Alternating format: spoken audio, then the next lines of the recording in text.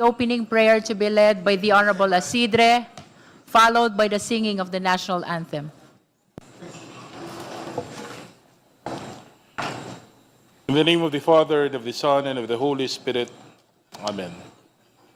Lord Almighty God, source of all truth, justice, and wisdom, we humbly come before you at the opening of this meeting of the Committee on Justice. We acknowledge, O Lord, the solemn duty entrusted to us by the Constitution and by the people we serve. As we take up matters of grave national consequence, particularly the impeachment complaints now before this committee, we ask for your guiding presence among us. Grant us clarity of mind, integrity of heart, and courage of conscience. May we be guided not by passion, prejudice, or personal interest, but by a steadfast commitment to truth, fairness, and the rule of law. Help us to listen with open minds, to speak with prudence and respect, and to deliberate with sobriety befitting the seriousness of our task.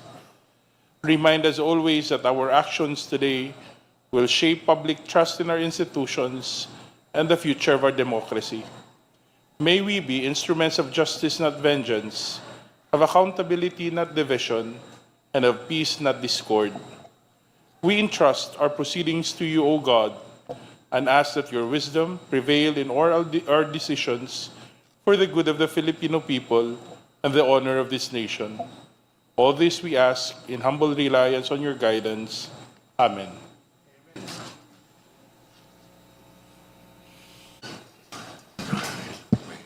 You may all take your seat. Today is March 18, 2026. The committee hearing of the Justice Committee is hereby called to order. The committee secretary is directed to call the roll. For the guidance of the Justice members, the chair requests that you register your presence by saying present through the microphone. That is for purposes of accuracy as to the members who are attending the hearing today. Comsec, please. Thank you, Your Honor. Roll call of the members of the Committee on Justice. Honorable Attorney Jervil Jinky Beatrix R. Luistro. Present. Honorable Mauricio G. Dumogan. Honorable Attorney Danilo Danny A. Domingo. Honorable Jennifer A. Lagbas. Honorable Alfredo A. Garbin Jr. Honorable Brian Poe. Honorable Jose C. Alvarez. Honorable Jonathan Keith T. Flores. Honorable Isabel Maria J. Zamora. Honorable Aniela Bianca D. Tolentino. Honorable Laarni Lavin Roque. Honorable Franz Vincent F. Legaspi. Honorable Emilio P. Tanuatu III. Honorable King George Leandro Antonio V. Collantes. Honorable Ana York P. Bondoc, MD. Honorable Loreto S. Amante. Honorable Jose Joboy S. Aquino II. Honorable Joel R. Chua. Honorable Ernesto M. Junicio Jr. Present. Honorable Arnan C. Panaligan. Honorable Lordan G. Suwan. Honorable Patrick Michael D. Vargas. Honorable Emerson D. Pascual. Honorable Munir M. Arbison. Honorable Janice Degamo. Honorable Bienvenido M. Abante Jr. Honorable Jude A. Asidre. Honorable Bernadette S. Barbers. Honorable Rufus B. Rodriguez. Present. Honorable Micaela Angela B. Swansing. Honorable Ramon Rodrigo L. Gutierrez. Honorable Maria Rene Ann Lourdes G. Matibag. Honorable John Attorney J.P. Padiernos. Honorable Terry L. Ridon. Honorable Alan U.T. Honorable Rene Luis M. Co. Honorable Jose Manuel Tadeo Chel I. Diokno. Present. Honorable Sarah Jane I. Elago. Present. Sorry, Chair, present. Honorable Francisco Paulo P. Ortega V. Present. Honorable Christopher Sheen P. Gonzalez. Present, deputized by D.S. Puno. Honorable Virginel G. Bayron, MD. Present. Honorable Yevgeny Vicente B. Emano. Present. Honorable David J.J.C. Suarez. Honorable Lawrence R. Defensor. Present. Honorable Ivan Howard A. Gintu. Present. Honorable Adrian J.C. Advincula. Present. Honorable Laila M. De Lima. Present. Honorable Percival Percy Sendanya. Present. Honorable Antonio L. Tino. Present.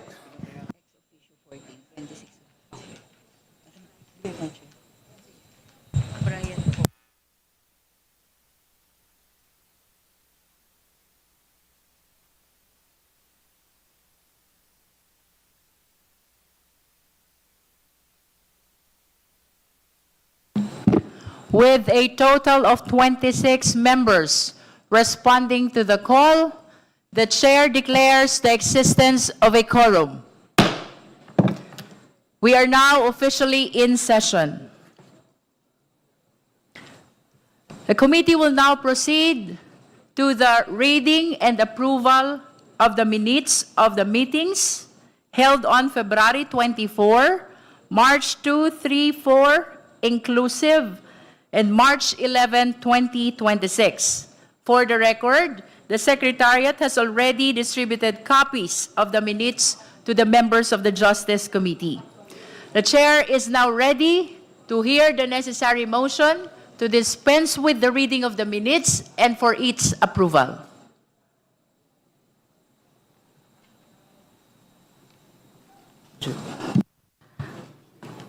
Madam Chair, The Honorable De Lima.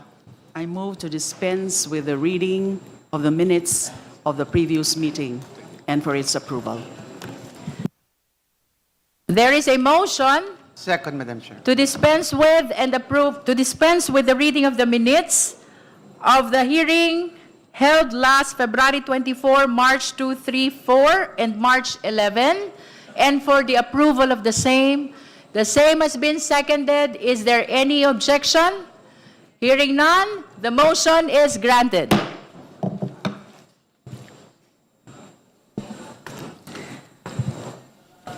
The chair will address the committee. We are here today for the resumption of the impeachment proceedings against the Vice President. Today's agenda is simple, yet heavy with consequence. We reiterate that we are not here to decide guilt or innocence. Hindi po ito paglilitis. Hindi pa. We are here for one question. Isang tanong lang. May sapat bang batayan para ituloy ang proseso ng impeachment? That is the only question before us today. Are there sufficient grounds to proceed? Sufficient grounds. That is the question. Wala nang iba. Let us be clear. Today is not about judgment. Today is about justification. Hindi tayo huhusga. Titingnan lang natin kung may dahilan para magpatuloy. To recall, this committee began with 4 impeachment complaints. The first was set aside dahil sa posibleng paglabag sa 1-year bar rule. The second was withdrawn, with the complainants opting to support the third complaint, which brings us now to the third and fourth complaints, the Zaballa et al. Complaint and the Cabrera complaint. Both complaints underwent scrutiny. Both were tested. Pinag-usapan ng mabuti, pinagdebatehan ng matindi, sinuri sa bawat anggulo. Every allegation was questioned. Every point was challenged. Every argument was tested. At tandaan po natin, Hindi lang ito ilang pahina. These complaints came with voluminous records, pages upon pages, with annexes and supporting documents. Hindi lang binasa, ito ay inaral. And at the end of that long process, both the Zabalia et al. Complaint and the Cabrera complaint were found sufficient in form and substance. At bakit mahalaga iyon? Because the accusations are not trivial. They are serious, they are weighty, they demand answers. Kabilang dito ang mga aligasyon ng banta sa buhay ng presidente at iba pang opisyal, hindi maipaliwanag na yaman, paglabag sa SALN requirements, panunuhol, at maling paggamit ng confidential funds. Kung ganito kabigat ang mga paratang, hindi pwedeng manahimik. Kailangan itong sagutin. Following the rules, the Vice President was furnished copies of the complaints. She was given the opportunity to respond. Iyan po ang due process. Sa proseso, lahat binibigyan ng pagkakataong magpaliwanag. And she responded. She submitted her answer, 15 pages, with 5 annexes, signed by 16 lawyers, 16 na abogado. And this is crucial. Ito lang ang bago sa atin ngayon. Not the impeachment complaints, because those have already been reviewed, debated, and tested. Not the allegations, because those have already been examined in detail. Ang reklamo laban sa Vice Presidente, napagdaanan na. Ang sagot ng Vice Presidente, iyan ang bago. So today, we do not go back to square one. We do not repeat what has already been done. Ang susuriin natin ngayon ay ang sagot ng Vice Presidente, ang tugon niya sa reklamo. Which brings us to this moment to determine whether there are sufficient grounds to proceed. So we ask, did the answer clear the air? Did it refute the allegations? Did it address the seriousness of the charges? Because remember, when the accusations are heavy, the answer must be heavier. At ito ang sentro ng ating pag-uusapan ngayon. Hindi na ang reklamo, na pag-usapan na natin yan. Ang sentro ngayon ay ang sagot. Kung mabigat ang paratang, dapat matibay ang paliwanag.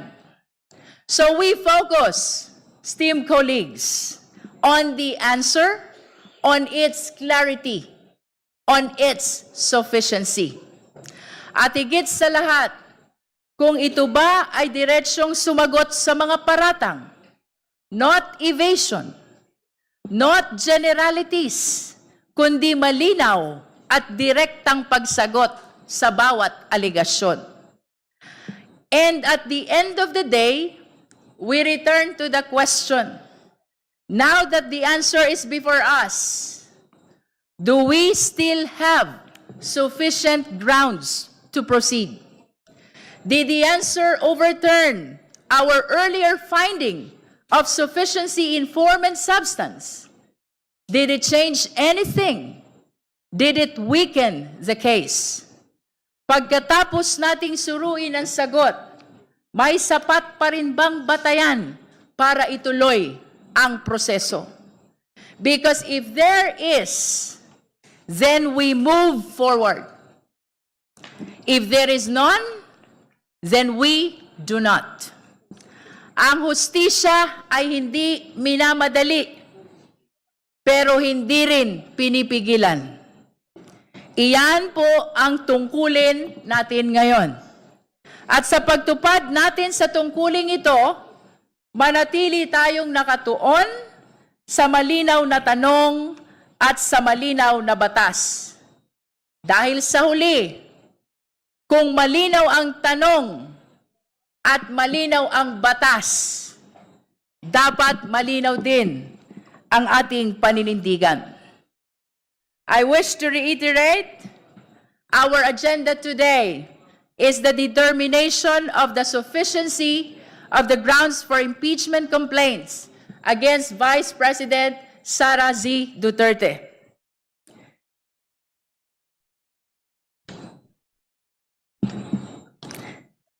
In this regard, the committee notes the appearance ad cautelam and consolidated verified answer ad cautelam filed by the respondent, which was received by the committee on March 9, 2026, 4:25 p.m. That is for electronic. And on March 16, 2026, and for electronic filing at 4:30 p.m. The committee further notes the manifestation of waiver to file reply submitted by complainants Reverend Father Joel Sabalia et al. And complainant Attorney Nathaniel Cabrera. The same were received on March 17, 2026, and on March 18, 2026.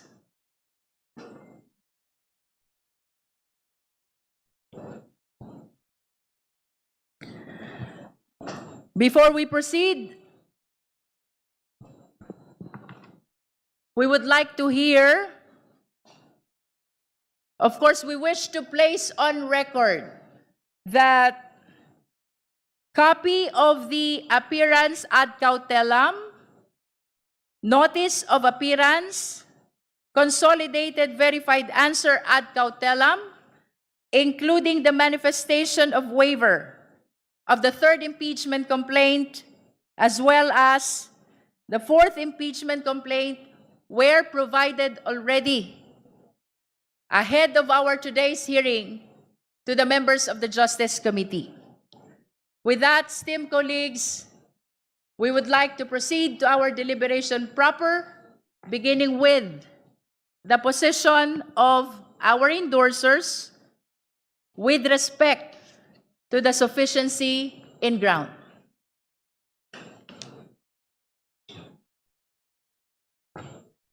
May we call first the endorser of the third impeachment complaint, the Sabalia et al. Impeachment complaint. Thank you, Madam Chair.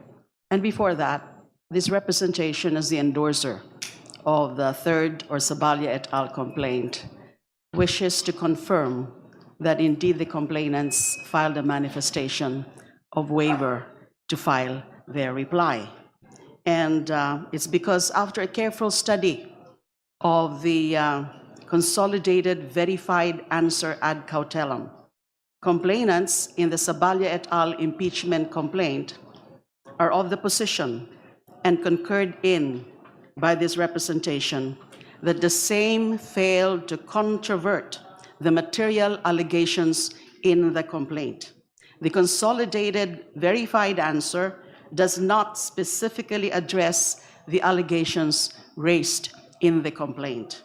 We also note that the answer still harps on the issue of sufficiency in substance, when that very issue has been earlier or already settled by the positive declaration of an overwhelming majority of this committee. The rest of the points raised in the answer evince a confusion between ultimate facts and evidentiary facts. So, since the answer does not specifically traverse the material allegations nor provide a substantive counter version of the facts there is nothing for the complainants to respond to. And that's why, for these reasons, complainants deemed it unnecessary to file a reply. So that is a confirmation of the manifestation of complainants for waiver to file a reply.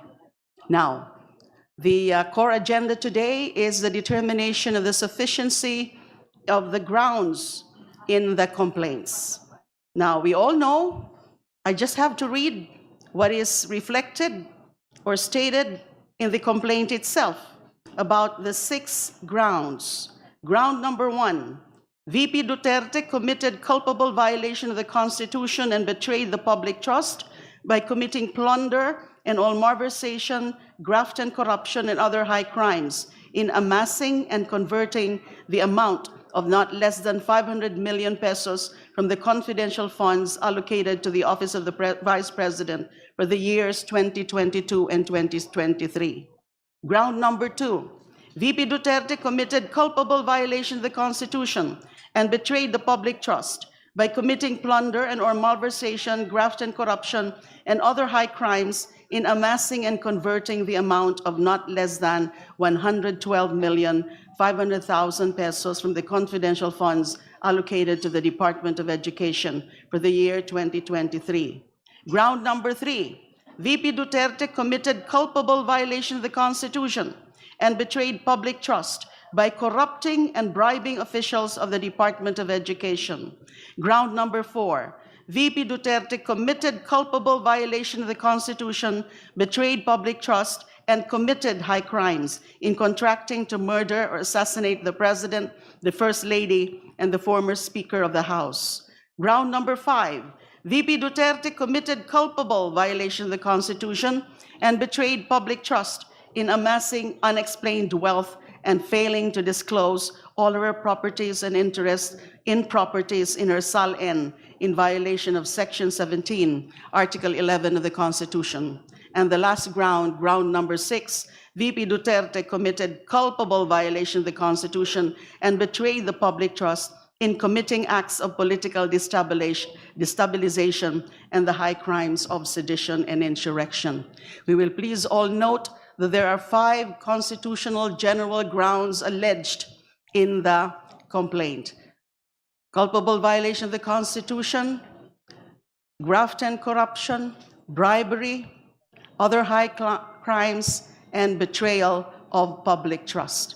And you will please also recall that in the discussion on the sufficiency of substance, actually, the matter about the existence of these grounds have been touched already, in addition to the determination of the discussion or the inquiry into the sufficiency in substance of the complaint. So I see no reason why we will have to go through incisively into these alleged grounds, the enumerated grounds in the Saballa et al. Complaint. When in the first place, as I expressed earlier, the answer did not specifically controvert any of those material allegations. They are deemed admitted. Only a general denial can be said to be can be said to have been interposed. But was there, in fact, an answer to the material allegations? Yung mga tungkol po doon sa pagbanta nga po sa Pangulo at iba pang opisyal, tungkol din po sa malverse ng mga pera, yung hindi pagkaka-explain ng mga confidential funds, anomalous disbursements, yung mga certification ng VP Sara, siya mismo ang pumirma, yung mga liquidation vouchers, liquidation reports, accomplishment reports, siya mismo ang pumirma. Yung pag-deliver ng perang ito, doon na nakita natin doon sa affidavit as attached to the complaint ni Mr. Ramil Madriaga, kung saan napunta.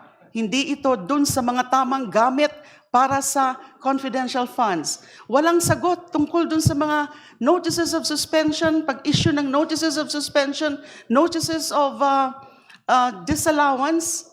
Wala po yan. Wala silang sagot tungkol doon. Wala ding sagot tungkol doon sa mga envelopes na yon na dinistribute to certain DepEd officials. Nasaan yung mga sagot sa mga tanong na yan? Nasaan ang sagot tungkol sa non-disclosure sa SALENS ng tamang yaman, yung talagang tunay na yaman ng VP Sara? Yun po ang mga tinatawag na mga material allegations. And yun din, ang mga allegations na yan ang nagko-constitute ng mga grounds na binanggit sa complaint, pero walang sagot. So no, it's pointless really to further scrutinize whether indeed there are sufficient grounds, because that has been exhaustively discussed already in relation to the issue of the sufficiency in substance. So I humbly and respectfully submit to this honorable committee. Thank you.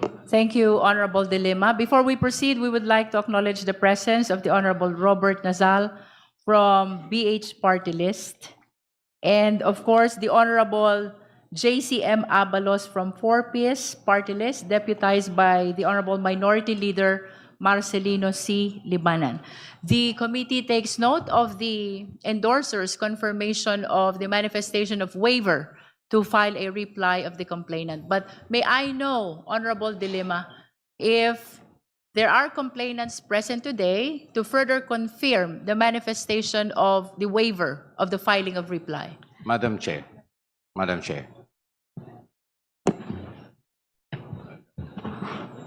The gentleman is recognized. Congressman Fortes. The Madam Honorable Chair. Fortes is recognized. Yeah, Madam Chair, just a point of inquiry.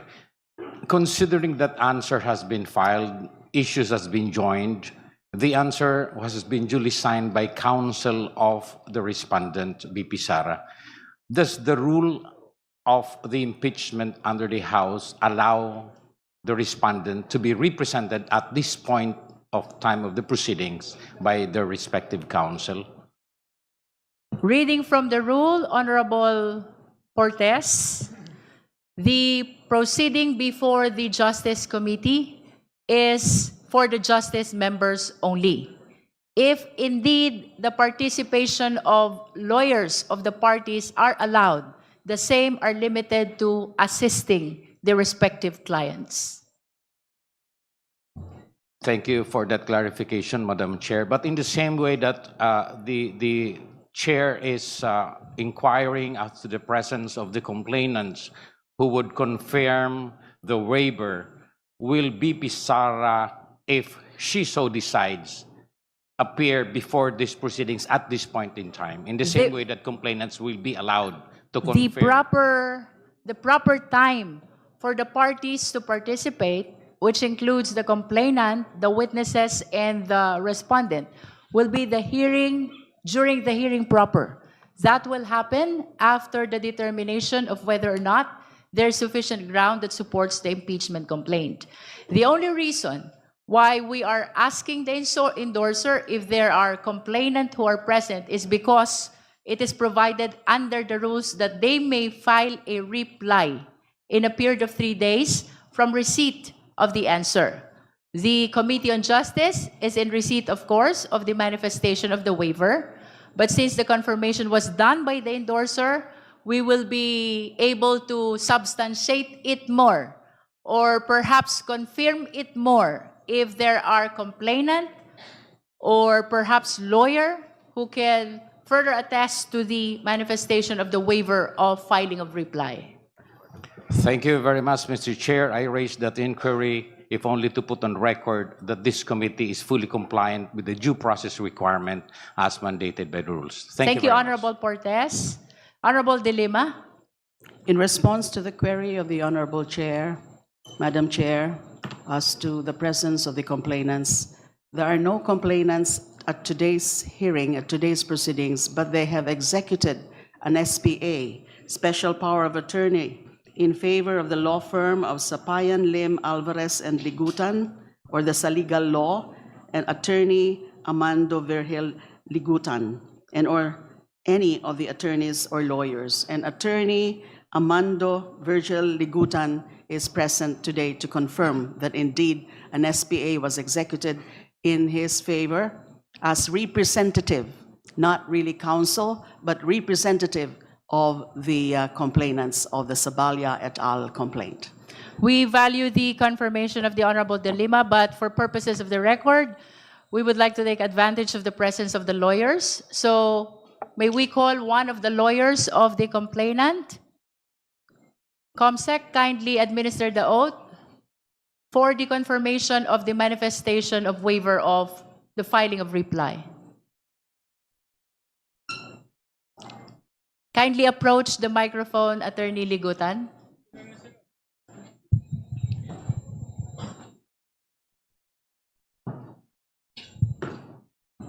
Good morning. I am Attorney Amando Virgil de Ligutan. I am the representative duly equipped with duly signed and notarized special power of attorney to appear on behalf of the named complainants, Your Honor. So I confirm that this representation... If I may interrupt, Attorney Ligutan, we are directing the Secretariat to administer the oath first before he makes his confirmation of the filing of the manifestation of waiver. Yes, please COMSEC, raise your right hand.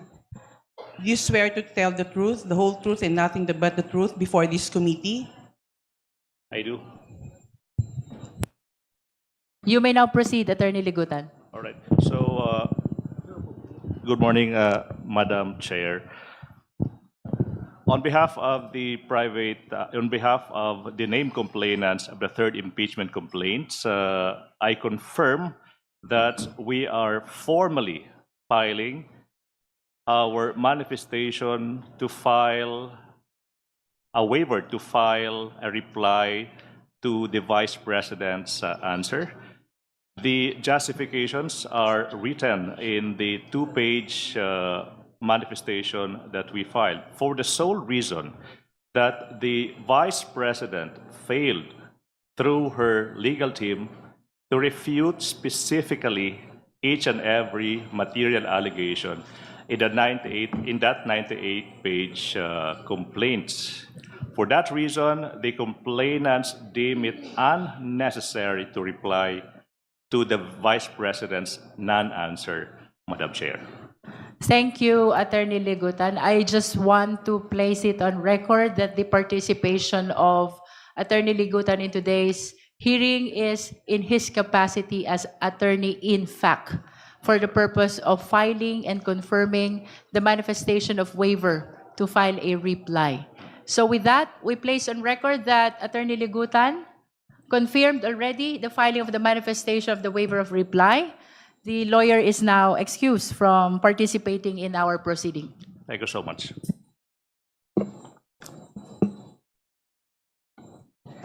We've heard the position of the endorser of Sabalia et al. Complaint as to the sufficiency in ground of the third impeachment complaint. The floor is now open for comments and manifestations of the justice members.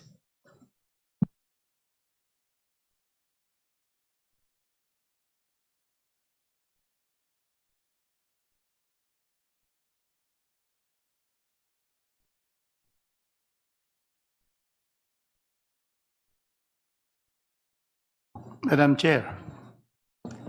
The Honorable Rodriguez. Yeah, Madam Chair, I have read the consolidated verified answer and I'd call Telam with caution. And certainly I would express my disappointment with the legal team of the Vice President, who has 16 lawyers who have signed this particular answer. In an answer, the grounds which were averted to in the third complaint, 6 grounds, should have been answered one by one because there is a finding by the committee of sufficiency in substance of the 6, although I would like to state that of the 6, I find that those with substance sufficiency is the first and the fourth ground. The other 4 are not. But however, since the committee voted for the entire third complaint to be sufficient in substance, it behooves upon the lawyers. I have been, I was a practicing lawyer before, and quite some time, and I have met many of the lawyers of the Vice President. They're very good. However, in this case, there is no answer to the 6 grounds of the third complaint, and also no direct answer to the 5 grounds. There were 8 grounds in the fourth complaint, but the 6 to 8 complaints were found by the committee to just be corroborative to the first to the 5th grounds. In the fourth complaint, I find that the first 2 has sufficiency in substance, that 3 do not. But I, therefore, am surprised that in this particular case, there is no discussion per ground, and therefore would not give us the real answer of the respondent to the 6 and 5 grounds. 6 in the third complaint, 5 in the fourth complaint. However, Mr. Chair, reading this, there is indeed, I'm only interested in the answer on the 125 million confidential funds in 2022 of the Vice President. And there is an answer. This is paragraph 24. This is page 5 of the answer, consolidated answer. For this 125 confidential funds, the only answer of the Vice President is that in its deliberations of the Saballa and Cabrera complaints, this committee disregarded the petition for review in Sara Z. Duterte versus Nilda B. Plaras, docketed as COA CP number 2024-0194, before the Commission on Audit, COA, Commission proper, notwithstanding that the subject of that appeal is the notice of disallowance involving the same confidential funds that constitute the principal basis of the accusations therein. Significantly, the matter remains pending and unresolved, and any ruling of the COA would, in any event, remain subject to final judicial review of the Supreme Court. A bare answer to definite allegations, ultimate facts in the third complaint and the fourth complaint. So, but this also would, at the same time, provide the committee the obligation to hear the case, to hear the COA on precisely, because I have heard the Vice President say that Mary Chris Piatos will be explained.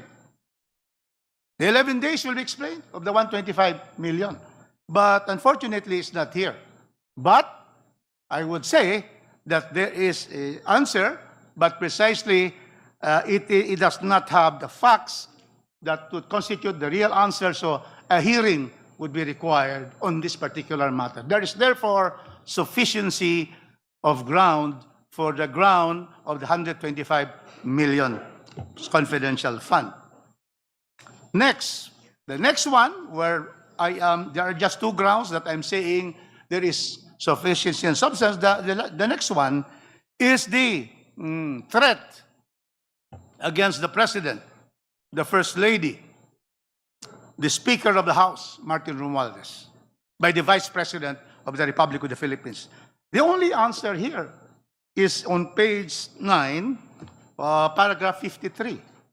This is the only thing that would answer those ultimate facts stated in both the third complaint and the fourth complaint. And may I read, therefore, the answer of the respondent to this threat. It says here, the impeachment complaints likewise brazenly accuse the Vice President of entering into a supposed contract to kill. Yet, they fail to present any shred of proof that any such contract ever existed. Instead, complainants rely on exaggerated conclusions dressed up as fact. With a very short answer, Madam Chair, this therefore requires, to me, a hearing on this particular issue, which is ground number 4 in the third complaint and ground number 2 in the fourth complaint.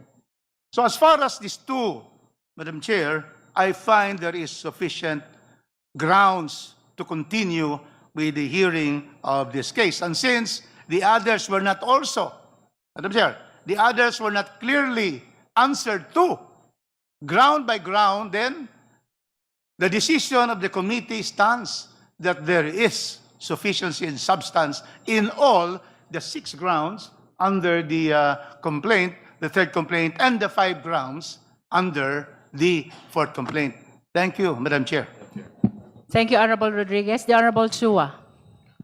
Thank you, Madam Chair. Madam Chair, I would just like to give my observation with respect to the consolidated verified answer ad cautelam of the respondent, the Honorable Vice President. Madam Chair, this is, the title itself is likewise similar to the previous answer that they filed during the 19th Congress. It was also a verified answer ad cautelam. So meaning to say, they are now questioning the jurisdiction of this committee without rebutting or answering the accusation point by point. Madam Chair, I understand that we have already decided about the jurisdiction. Therefore, I will no longer lay down the premise with respect to this. Now, it is also quite interesting, Madam Chair, and from the reading of paragraph 1, it appears that this consolidated verified answer is somehow or similar to a motion to dismiss. Because if I may read, Madam Chair, what is written under paragraph 1, it provides that, and I quote, no different from the 2025 articles of impeachment filed against respondent before the Senate and declared void ab initio by the Supreme Court in Duterte versus House of Representatives, this impeachment complaint must be dismissed. Under our rules, Madam Chair, this is a prohibited pleading, Madam Chair. So, aside from that, Madam Chair, in addition to what the Honorable Rufus Rodriguez had said, if we will read the verified answer, this is, we will arrive into a conclusion that this is a general denial. Now, under the, Madam Chair, it is well settled principle that under the rules of court, that a denial is not specific simply because it is so qualified by the defendant. A general denial does not become specific by the use of the word specifically. Paragraph 4 of BP Duterte's consolidated verified answer ad cautelam is, in substance, precisely of such nature. More so, nothing in the said answer controverts the allegation raised in the Sabala complaint. And therefore, all allegations, Madam Chair, in the complaint stand as they were never rebutted. And therefore, Madam Chair, I believe that because of this, we need to conduct a hearing. Thank you, Madam Chair. Again, for the guidance of the justice members, we are not moving backward. We are moving forward. As I have stated in the opening statement, we have discussed thoroughly already the impeachment complaints. What we need to discuss today is the answer, whether that reduces the sufficient ground required to be able to proceed to the hearing proper. The Honorable Ilago is recognized.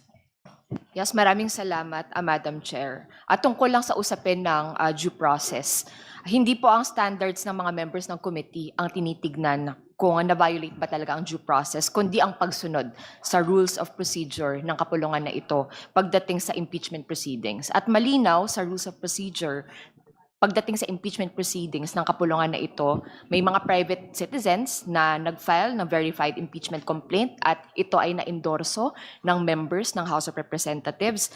Nasama rin sa order of business, nagkaroon ng referral sa House Committee on Justice. Sa proceedings mismo, nagkaroon ng determination kung sufficient ba in form and in substance ang bawat impeachment complaint. Nailatag din ang jurisdiction ng committee.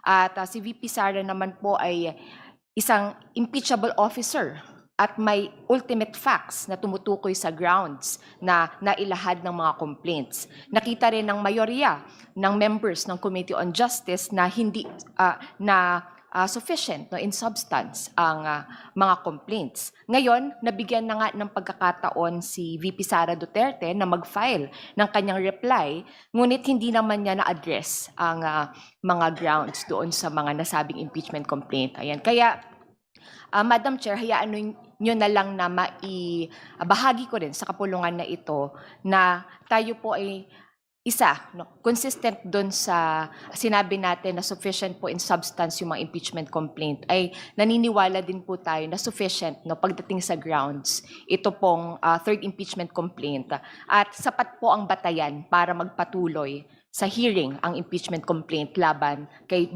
Vice Presidente Sara Duterte. Sa ilalim nga po ng ating konstitusyon, maaaring tanggalin sa pwesto sa pamamagitan ng impeachment ang Presidente, Vice Presidente, mahistrado ng Supreme Court, members ng Constitutional Commissions at Ombudsman dahil sa culpable violation of the Constitution, treason, bribery, graft and corruption, other high crimes o betrayal of public trust. At ayaw ko na nga po sanang ulitin, dahil po sinabi ng ating Madam Chair na hindi tayo babalik dun sa mga napag-usapan na at napagdesisyon na ng mayoryang ng kapulungan na ito. Ngunit talaga naman pong hindi matatawaran yung bigat ng mga accusation hinggil sa maling paggamit ng 500 million pesos sa confidential funds sa ilalim ng OVP at 112.5 million pesos sa ilalim ng DepEd.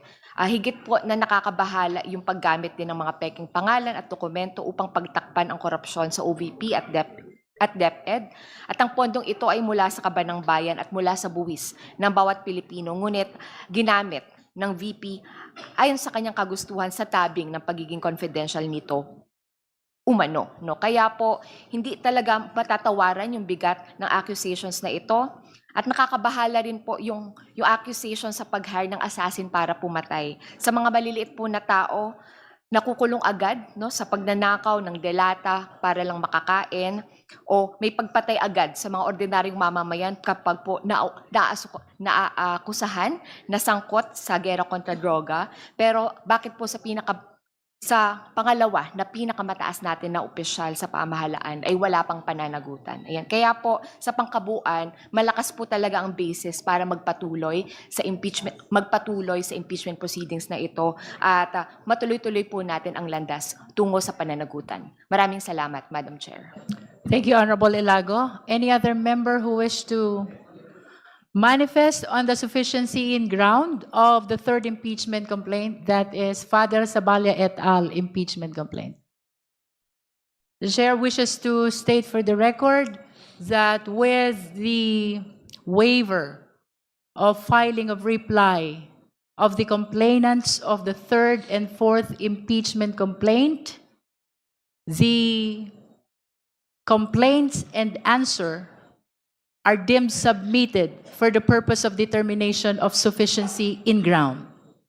Since the complainants waived already the filing of the reply, we have no reason to anticipate the filing of a rejoinder.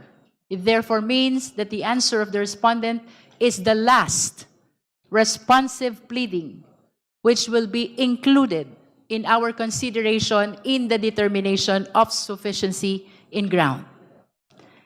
Any other member who wishes to manifest on the third complaint? Madam Chair. Madam Chair. The Honorable Ko. Thank you, Madam Chair. Madam Chair, gaya po ng ibang mga miyembro ng ating Committee on Justice, ako rin po ay gustong magpahayag ng dismaya sa naging developments ng sagot ni VP Sara Duterte. Sa ideal, meron pong 2 impeachment complaints na kinakaharap si VP Sara, no, sana po ay nagkaroon ng oras, nagkaroon ng pagdetalye, ng pagsagot, no, sa mga bawat paragraph, bawat recital of ultimate fact, no, bawat ground na inaakusahan ng publiko si VP Sara. Sana po naging oportunidad ito para namnamin, no, ng House Committee on Justice, yung mga miyembro nito, yung iba't ibang posibleng depensa ni VP Sara Duterte. Yun nga po yung ating mga pinoint out doon sa discussions of sufficiency of substance and form. Hindi ito ang panahon para dito. Kailangan nating bigyan si VP Sara Duterte mismo, no, ng kanyang pagkakataon or opportunity to defend herself according to due process. Nalatag po ng ating kinatawan sa Gabriela, no, ng kababaihan na we went over and above, no? Dinetalye yung steps by which this due process is provided to the Vice President. And unfortunately, ang pagtingin ng representasyon na ito, she squandered that opportunity, no? Sa simpleng pagbigay ng kanyang response ad cautelam, no, na sinasabi lang niya na ito'y sagot, pero no waiver of all other remedies, pero kung iisa-isahin natin yung kanyang naging content doon sa kanyang answer, they are non-answers. They are continuously pagbalik doon sa, and pag-harp on sa naging proceedings ng sufficiency in form, sufficiency in substance, no? And generally, mga habol sa naging proseso. Ito'y oportunidad sana para ang mga miyembro makapag-take talaga din ng pagkakataon na ma-appreciate yung defense ni VP Sara Duterte. Alas, hindi po ito pwedeng mangyari sa gantong stage.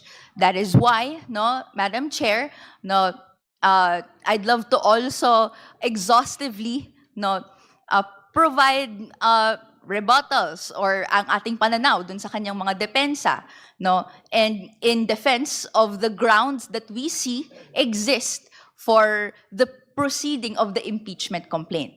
So, sa kinatawan po na ito, there is basis for us to say there is sufficiency in grounds. Perhaps I can manifest later, no, ano po yung mga grounds na yon. But because, at least for now, no, ang dinedeliberate natin is yung sagot, no, and paano nito ma-i-impluensyahan yung pagtingin natin sa sufficiency in grounds, no. Kailangan nang magpatuloy sa trial. Or at least kailangan magpatuloy sa hearing on probable cause sa level po ng House Committee on Justice. No, magkaroon ng compulsion kay VP Sara and the other witnesses, no, para i-present na yung evidence dito sa harap ng House Committee on Justice. That's all for now, Madam Chair. Thank you, Honorable Ko.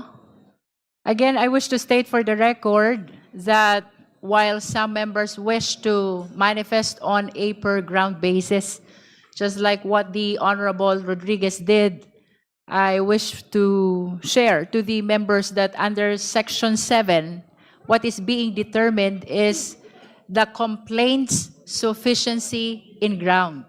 In other words, we will be later on voting on the sufficiency in ground of the entire impeachment complaint and not per ground. Nevertheless, the committee welcomes the manifestation on specific ground if that is the desire of the justice members. Any other member who wishes to manifest on the sufficiency in ground of the third impeachment complaint? The Honorable Tino? Maraming salamat, Madam Chair.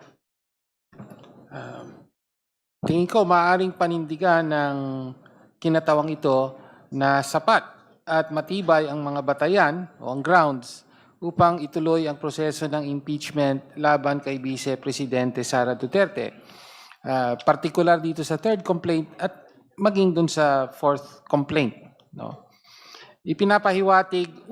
Unang punto, ipinapahiwatig ng kanyang tugong isinumite ng ad cautelam with caution ang kanyang plano ngayon pa lang na idiskaril na ang proseso at takasan ng pananagutan sa pamamagitan ng pagtakbong muli sa Korte Suprema.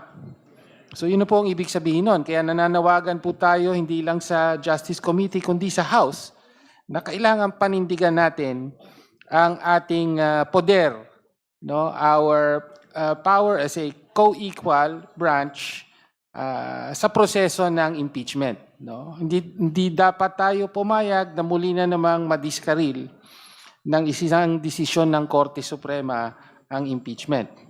No? Pangalawang punto, kapansin-pansin ang kawalan ng tahasang pagtanggi sa mga mismong paratang laban kay Vice Presidente. So walang tahasang pagtanggi ang Vice Presidente sa mga aligasyon. Hindi niya kailanman sinabing hindi totoo ang mga akusasyong ito o inilatag kung ano ang tunay na nangyari. Nagtatago lamang siya sa likod ng mga pamibiloso po ng mga abogado at teknikalidad tulad ng kawalan umano ng due process at ang kapusan daw ng ebidensya laban sa kanya.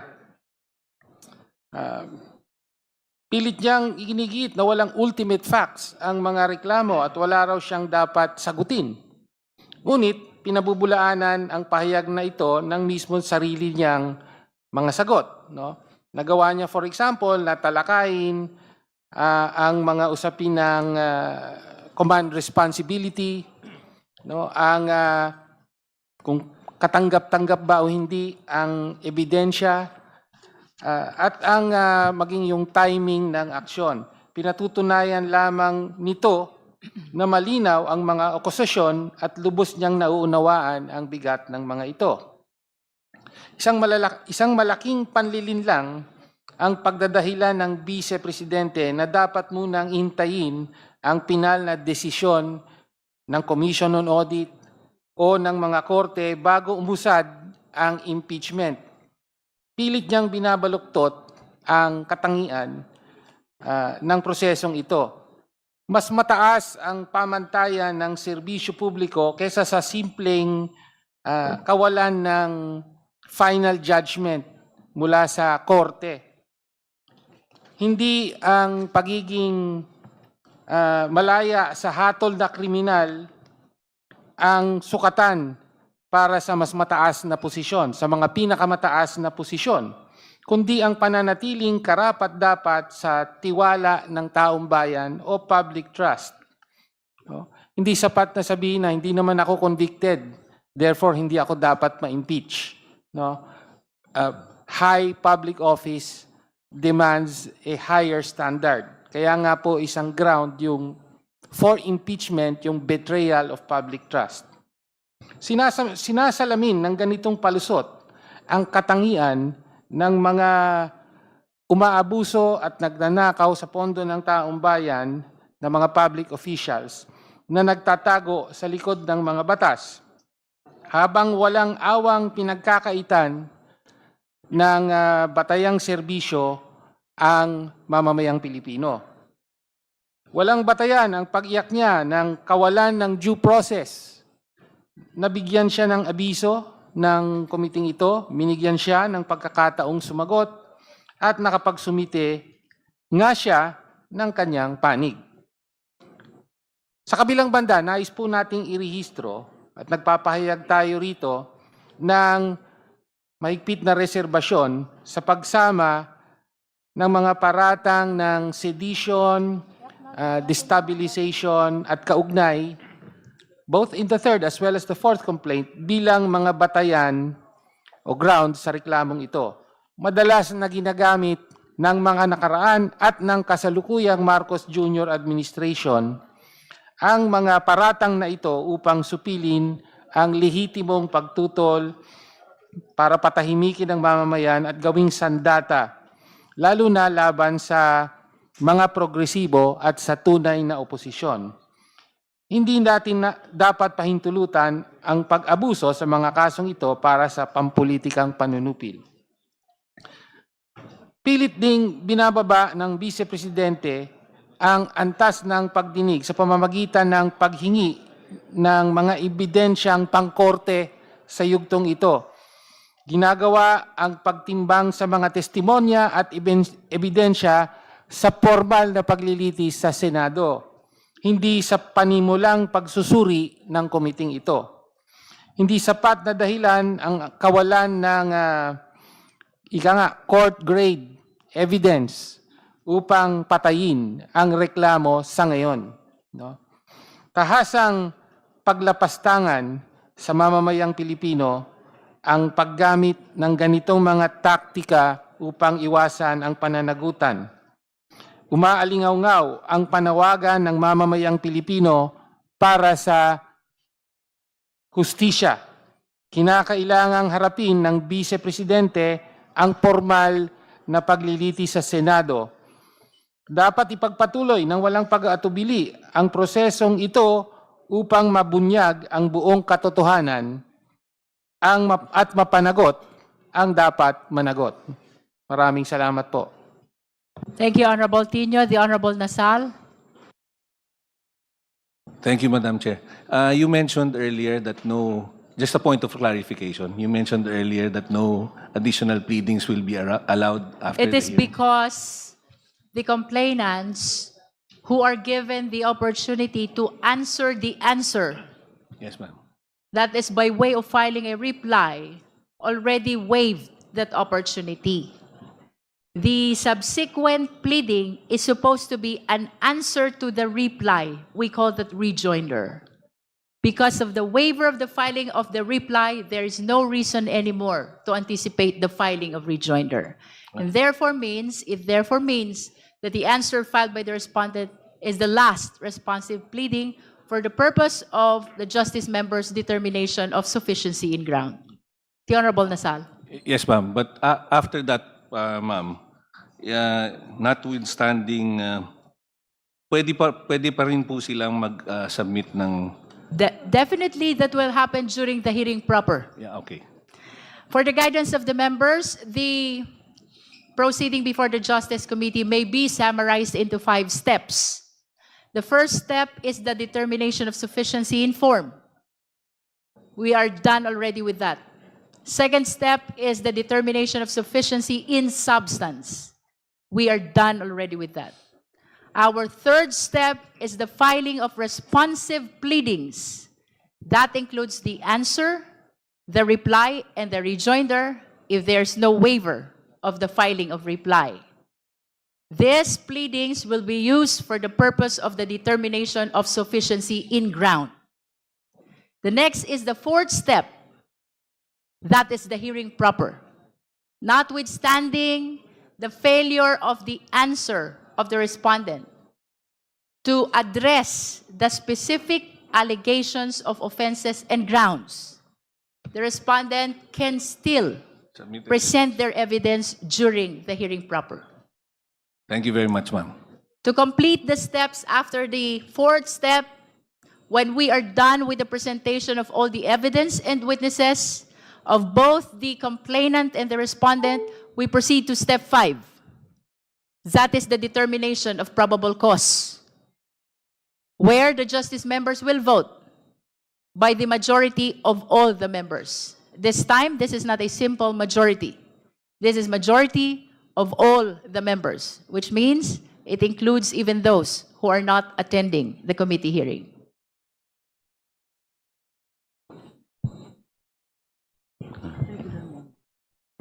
Before I call the Honorable Marcoleta, I wish to acknowledge the Honorable Brian Po, Vice Chairperson, of course, of the Committee on Justice from FPJ Panday Bayanihan Party List. We also acknowledge the Honorable Bernadette S. Barbers from the 2nd District of Surigao del Norte. We acknowledge as well the Honorable Ramon Rodrigo L. Gutierrez, Deputy Majority Leader from One Rider Party List. We acknowledge the Honorable Ana Victoria Veloso Tuason, Deputy Majority Leader. We also acknowledge the Honorable Janice Degamo from the 3rd District of Negros Oriental. Senior Deputies. We thank and acknowledge the presence of our senior Deputy Speaker, the Honorable Ferdinand L. Hernandez from the 2nd District of South Cotabato. We also acknowledge the presence of the Honorable Julian Jam Baronda, Deputy Majority Leader. We acknowledge as well the Honorable Deputy Speaker, Yaser Alonto Balindong. We also acknowledge Deputy Speaker Janet J. Garin, Deputy Speaker Jefferson F. Conghon, Deputy Minority Leader, Honorable Reynolds Michael T. Tan, and Deputy Majority Leader, Honorable Hill Cabarangay A. Acosta Jr. To all the justice members and ex-officio members who are here today, thank you for coming. If there are no other, the Honorable Marcoleta is recognized. Thank you, Madam Chair. I just would like to manifest, since I was Chief of Staff here way back 2004 up to 2024, I've witnessed impeachment proceedings against presidents, one ombudsman, one Chief Justice. Pero wala pa po akong narinig na pag-uusap tungkol sa sufficiency in grounds. Ang naririnig ko lang lagi, sufficiency in form and substance. Ngayon ko lang po yata narinig itong bago na rule na ito, sufficiency in grounds. Could you please clarify me For on the this? satisfaction of the Honorable Marcoleta, please allow the Chair to read Section 7 of the Rules of Impeachment of the House of Representatives adopted by the 20th Congress of the Philippines. Section 7, Submission of Evidence and Memoranda. After receipt of the pleadings, affidavit and counter-affidavits, and relevant documents provided for in Section 6, or the expiration of the time within which they may be filed, the committee shall determine whether the complaint alleges sufficient grounds for impeachment. That is for the satisfaction of the Honorable Marcoleta. May I know, Madam Chair, when the rules were promulgated? This not has furnished a been the copy. rules of impeachment of the 19th Congress, which the 20th Congress adopted. So it's not new. Hindi po siya bago. This has been part of the previous rules, which were used during the past impeachment processes. Opo, kasi bago lang po sa akin yung sufficiency in grounds. Hindi ko po narinig yan sa mga dating proceedings. Yun lang po. Salamat po.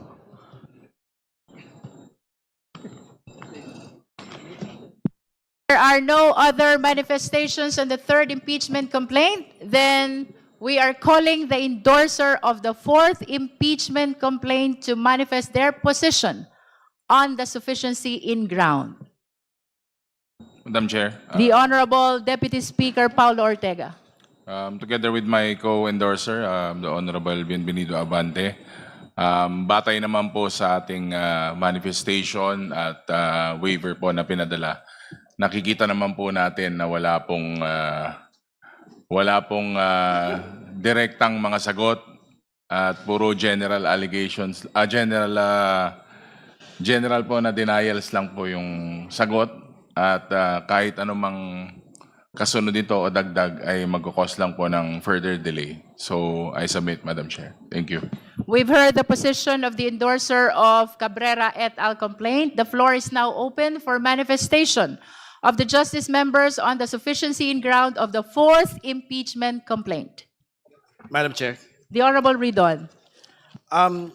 na-deliberate na po previously yung ilan po sa mga punto on due process and yung pong kawalan po ng ultimate facts, supposedly.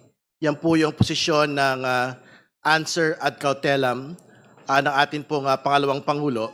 Hindi ko na po yun uulitin dahil clearly no due process violations had been done against the Vice President. This is precisely her opportunity through this answer to undertake all of these due process mechanisms. Pero she did not avail of it and had in fact submitted what we deem as a non-answer. So yun po yung una on due process. Secondly, on ultimate facts, yung pong makasama natin kanina, binanggit na ho nila na hindi ho totoo na wala pong pagbanggit ng ultimate facts on confidential funds, on the death threats against the President, the First Lady, and the former House Speaker. Yung po usapin ng SALN, all of the documentation, all of the evidence had been submitted by the two complaints. At ito po yung mga papatunayan in each and every step of the proceeding. So hindi po ito totoo na wala pong ultimate facts. But as a final point, Madam Chair, gusto kong banggitin yung binabanggit nilang double standard ng komite sa papatupad ng ating pong rules on the President's impeachment and on the Vice President's impeachment. Hindi po totoo na meron pong double standard dito. Kasi wala akong pwedeng paghambing on how the committee had undertaken both impeachment proceedings. Kasi sa una't una, in the President's impeachment, ano ho ba yung laman nung po mga submissions doon po sa impeachment complaint ng particular po ng mga binasurang complaints? Una, karamihan po doon mga news articles lang po yung binabanggit po nila.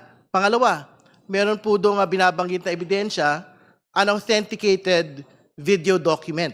Ibig sabihin, walang affidavit yung po submission po ng ebidensya po na yun. But as compared to the Vice President's impeachment complaints, ano yung pinag-uusapan natin ebidensya at dokumentasyon sa bagay po na ito? Una, COA reports relating to the misuse of confidential funds, notice of disallowance, ordering the Office of the Vice President to return ito pong at least 70 million in a supposed misuse of confidential funds. Second, yung pong video documentation of the press conference of the Vice President, kung saan siya po ay nagbanta laban sa Pangulo, First Lady, at dating House Speaker. Video documentation, kung saan sinasabi niya na gusto niyang pugutan ng ulo ang Pangulo ng Pilipinas at iba pa hong mga katulad ng mga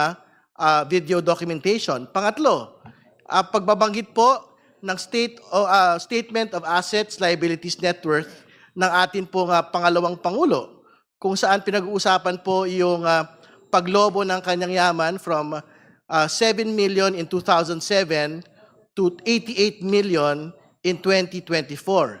Ito po yung mga documentation, ebidensya that exists sa impeachment complaint against the Vice President. And lastly, yung Pumadriaga affidavit, which is something that has been signed and will be tested on credibility as soon as we get to hearing proper. So, Madam Chair, wala hong batayan yung binabanggit po ng answer ad cautelam ng pangalawang Pangulo that the House Committee on Justice had implemented two standards on the President's impeachment and on the Vice President's impeachment.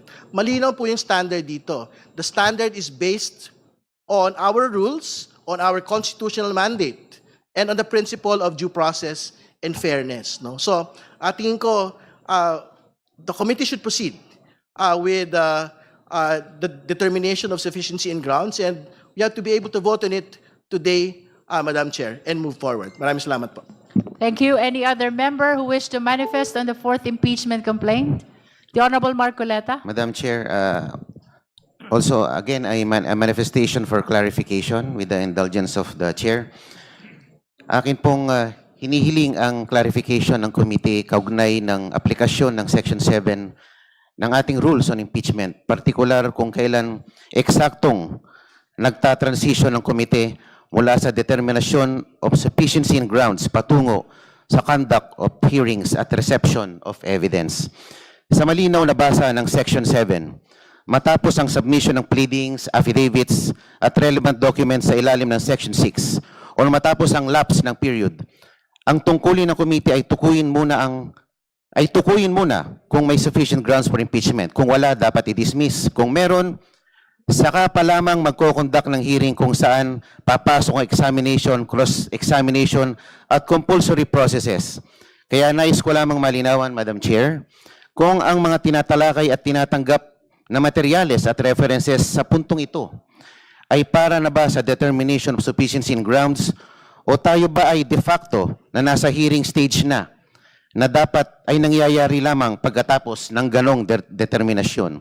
Ang paglilinaw na ito ay mahalaga upang matiyak na ang ating proseso ay nananatiling tapat sa ating sariling rules at upang maiwasan ng anumang persepsyon na ang komite ay lumalampas o naghahalo ng mga yugto ng proceedings na malino na pinaghiwalay ng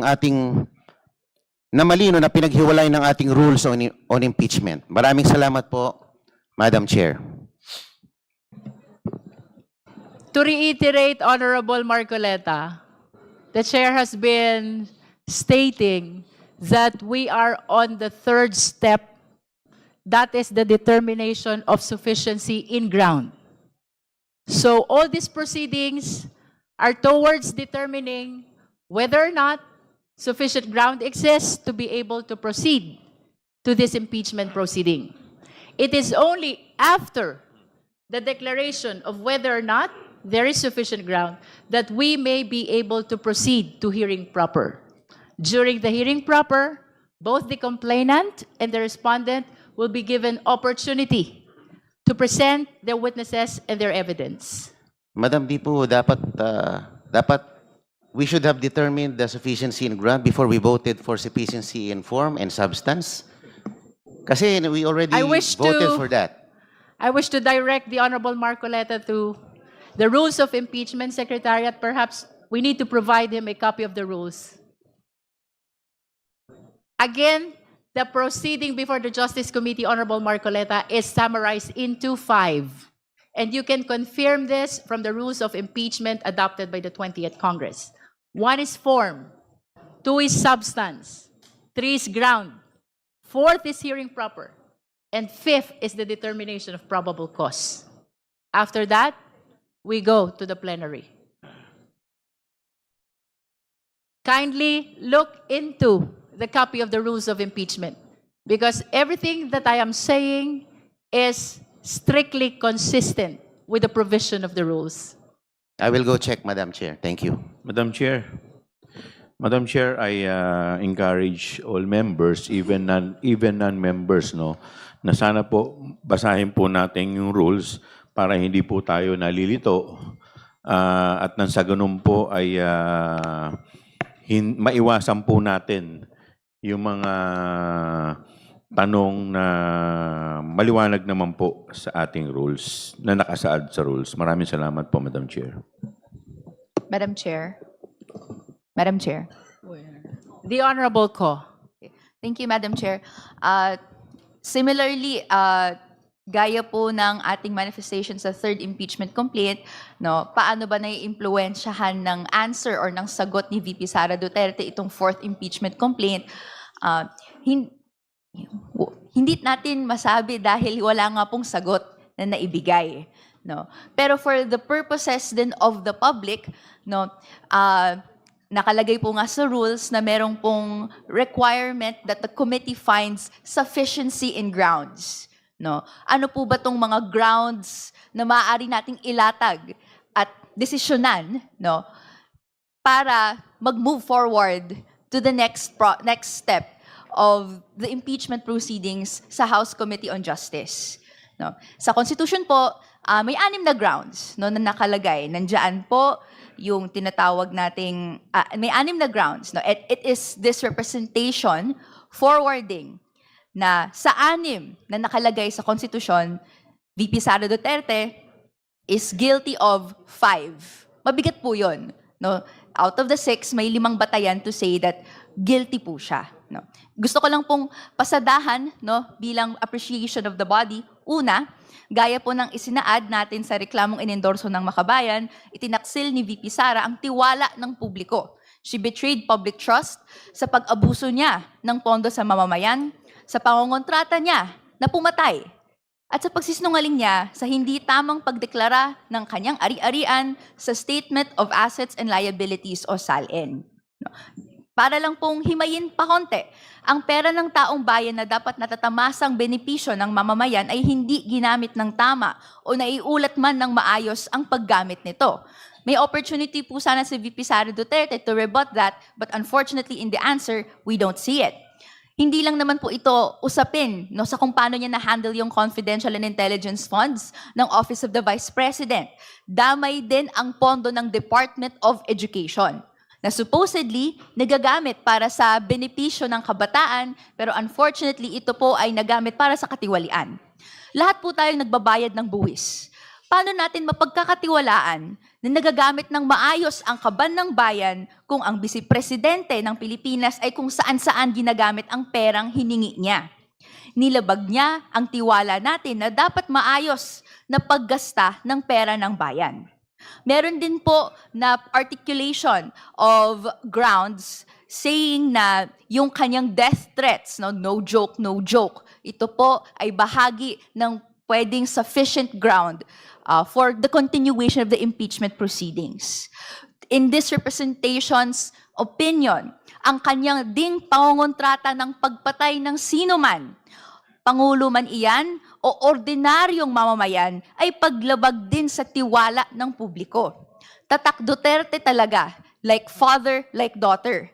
Pagpapatuloy ng culture of impunity, kung saan tahasang maaari na lang pwedeng sabihin at aaktuhan yung gantong klaseng threat to life, to Filipino citizens. Ikalawa, ano pa po yung mga ibang mga grounds as provided in the Constitution? Culpable violation of the Constitution.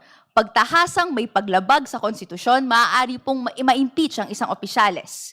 At para sa atin, may responsibilidad si VP Sara Duterte, mga public officials, na magsabi ng totoo sa kanyang salin, sa kanyang mga iba't ibang summons sa pagdepensa ng spending, but nonetheless, VP Sara Duterte did not do so. Ikatlo, bribery. Siya po ay nanuhol ng pampublikong opisyal in facilitating covert delivery or distribution of cash to influence official functions. Ikaapat, meron din pong katiwalian at korupsyon, graft or corruption. She caused undue injury to the government by giving unwarranted benefits through irregular disbursements. At meron din pong, lastly, other high crimes na ayon sa batas ay mga gawain na krimeng kayang maparusahan sa batas na kung kinasuhan siya ay magiging isang quote-unquote, official unworthy to remain in office. Dapat grabe ang bigat ng naging kasalanan na tinamaan mismo ang maayos na paggana ng gobyerno. At pasok po ang kabuuan ng ginawa ni VP Sara Duterte under this definition. Samantala, ang representasyon na ito ay critical din sa mga argumento na quote-unquote destabilization or sedition. May arguments na nag-articulate na ang kanyang mga naging salita or ang pagpunta sa peace rally even ay nagko-constitute nito. Sa bahagi po ng representasyon na ito, nakita natin na ginagamit din to against ordinary citizens, against ordinary Filipinos. And we'd like to advise everyone na mag-caution sa paggamit nito, lalo na't ito ay paraan para mag-express din ng grievances ang mga mamamayan. Nonetheless po, sa paglatag po natin, Madam Chair, ng mga grounds under the Constitution, anong acts na pasok doon po sa kanyang grounds, this representation submits that there are sufficient grounds for VP Sara Duterte's impeachment proceedings to continue. Thank you, Madam Chair. Madam Chairman. Thank you, Honorable Ko. May I be recognized? The Honorable Nonoy Defensor. Thank you, Madam Chair. Enough has been said this morning, and it bears stressing that part of the due process is to conduct a hearing so that the respondent could also present her evidence formally. And it is also worth stressing that part of due process is expediting an impeachment proceeding. Dapat po mabilis ang isang impeachment process kasi kung walang kasalanan si Vice President Sara Duterte, dapat ma-dismiss na ito at hindi na siya maaabala at makabalik na tayo sa ating trabaho. At dapat mapabilis din dahil kung may kasalanan ang isang respondent, ay dapat mapatrial na ito para madesisyonan ng Senado kung manatili man siya o matanggal sa pwesto. Therefore, Madam Chairman, may I encourage the members of this committee that we proceed with the next step of the chairman in our agenda so we can fruitfully end this day, and whether or not we proceed with the conduct of a hearing, we will determine it as soon as possible. Thank you. Honorable Defensor, would you like to move that we proceed to voting? Madam Chair, I move that we decide to declare the third impeachment complaint as having sufficient grounds to conduct a hearing. Is there any second? Second. Second, Madam Is there any objection? Madam Chair. Hearing none. Madam Chair, Are you objecting, Honorable Rodriguez? I am bringing out Section 7.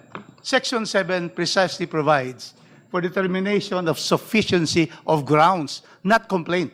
While sufficiency in complaint in substance and form, we have to go one by one. I will read now Section 7 because we have to vote on the grounds. And what are these grounds? 6 in the third complaint, 5 in the fourth complaint.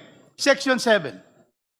Submission of evidence and memoranda after receipt of the pleadings, affidavits, and counter affidavits and relevant documents provided for in Section 6 or the expiration of the time within which they may be filed, the committee shall determine whether the complaint alleges sufficient grounds for impeachment. So we are going to go into grounds because that will be what will be heard in the committee. So I think we should go one by one so that we will be able to comply sufficient grounds. So I move. Honorable the chair. Rodriguez, I encourage that we revisit the wordings of Section 7 because contrary to the opinion of the Honorable Rodriguez, what is being declared as sufficient or insufficient in ground is the complaint and not the grounds alleged in per complaint. Going back to this provision, it says the committee shall determine whether the complaint, it is the complaint, which is the subject matter of the declaration of the sufficiency in ground, whether the complaint alleges sufficient grounds for impeachment.